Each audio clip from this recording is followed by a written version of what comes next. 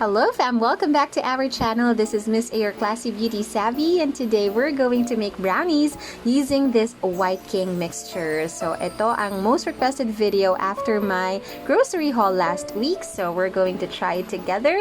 So we're going to use the oven instructions. So we need a square pan, half cup margarine or butter, and 2 pieces medium-sized eggs.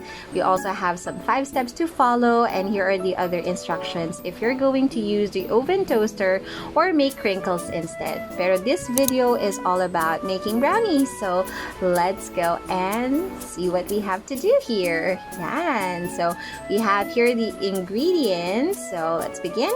First, we have to melt the butter. So half cup down ng butter. So I'm just using the dairy cream one. Yan. And after once it's all melted, ito yung itsura ng ating White King mixture. So, yan. Meron silang 2 pouches of mixture sa isang box. So, we're just going to pour it all here sa ating container or bowl. And then, we are going to mix things together. Yan. So, ito yung dalawang packs. Mabango siya. I hope you can smell it. It really smells so good. And yes, there we go. Let me zoom you in so you can see it even better and hopefully smell it. Yeah, there are the 2 eggs and yung butter natin. Now we're going to mix the butter, or sorry, not the butter yet, the eggs. Yan. So first egg done, and then the second egg. There we go. So after that, we're just going to use this spatula, or I don't know how you call this, pero itong flat na mixture kind of thing, and then we'll just mix it together. Medyo difficult tong part na to sa una kasi medyo messy because you're working with powder and dry ingredient and wet ingredient, so medyo nakakatakot siya. So be extra careful in mixing it para hindi matapon yung powder all over the place. Yan. Just be patient, keep mixing. So I'm also using like folding technique. Yan. And then I also included the butter dun sa mixture, so naging wet na yung ating mixture, naging very nice consistency na siya. There. Now we're going to use this raisins para nang magkaroon ng other texture yung ating batter. Yan. Medyo matigas na siya at medyo mahirap na rin siyang i-mix. So it will require a little bit of effort in mixing these ingredients together. Yan. So effort tayo dyan. It's like a fudge. That's why I like it. It's not like a cake brownies. It's the brownies with like a fudgy brownie. Yun yung kind ng brownie na gusto ko. That's why I highly recommend you guys trying this one out. So there. Now, put that aside, and we have this square pan with parchment paper and of course our oil. So we just brush it with oil para hindi kumapit yung paper or hindi, pagkaroon siya ng parang non-stick thing. Ganon. And then we're going to put the batter in. Again, it's a struggle putting this here kasi nga sticky yung mixture or yung batter natin. So, konting tiyaga and strength to put them all here. And then, I really suggest na you scrape everything down kasi sayang naman, di ba? So, there.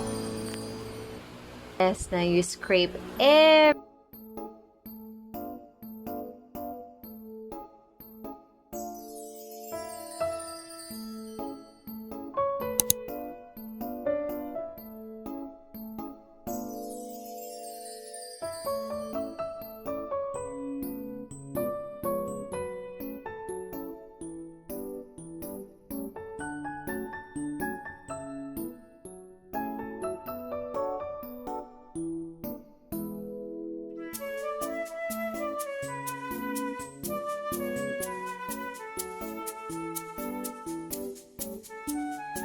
Right, now we're going to spread it dun sa ating container or the square pan. And another part na medyo difficult or challenging to kasi nga our mixture is very sticky, so you have to be patient again in evening out the surface kasi nga mahirap siyang i-drag from one place to another. And if you can see the parchment paper as well, nagwiwiggle siya.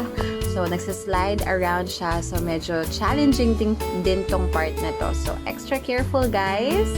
So, there. Yan yung technique. Ihawakan nyo yung parchment paper. And let someone else hold it for you then para mas maging easier. There! This is how it should look. And now, we're going to put it in the oven. Meron tayong tatlong layer here. We'll just put it dun sa middle part. And then, our degrees, I don't know if it's in Fahrenheit, pero degrees ng ata. So, meron siyang 177 degrees. Yun yung ating dapat temperature sa loob ng oven. That's what we'll use. There. And then, we have to wait for 25 to 30 minutes. There we go. I got my little helper over there. Time to check. So, we have the toothpick checking thingy. Yan. Kapag wala nang kumapit dun sa toothpick or not a lot na yung kumakapit, it means it's good to go. So, this one is ready after waiting for 30 minutes. And let someone else help you, lalo na kung medyo hindi kayo mano sa init. Be extra careful, guys. And there. So, let it cool for 10 minutes before you cut it. Pero ako, I let it cool for more than 10 minutes kasi fudgy nga siya. So, moist yung loob. So, yan. Now, you can leave it like that or you can put more toppings like what I'm doing here. I'm using this Hershey's syrup to just kind of act as a paste or yung magbabind dun sa ating gagawing toppings in a few. So, yan. So, again, if you don't want to do this, this is a very optional step naman to.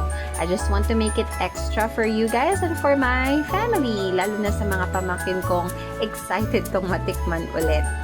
So, there. Now, if you have some helpers, like my pamangkin, they're helping me out decorating the brownies. I just have here mini marshmallows, so you just decorated it all over sa top niya. And here's the finished product. Yay! I hope you enjoy this. Look at that. Tingnan nyo, it's so moist inside. May crispiness din siya sa ilalim. And then, hindi ko pa na-perfect yung crispy sa ilalim, tas crispy din sa taas.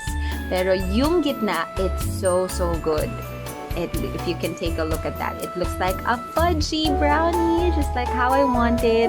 And then, ang sarap dahil may mga fluffy marshmallows sa top niyan. And you can always choose other toppings if you want to. Yan! I hope you enjoyed this video. Don't forget to subscribe, share this with the family, and tag me on Instagram or here on YouTube. Let me know if you have tried it as well. Take a picture of it. I would really love to see it. And let me know what you think about it after trying it. See you again on my next video. Bye! Picture of it.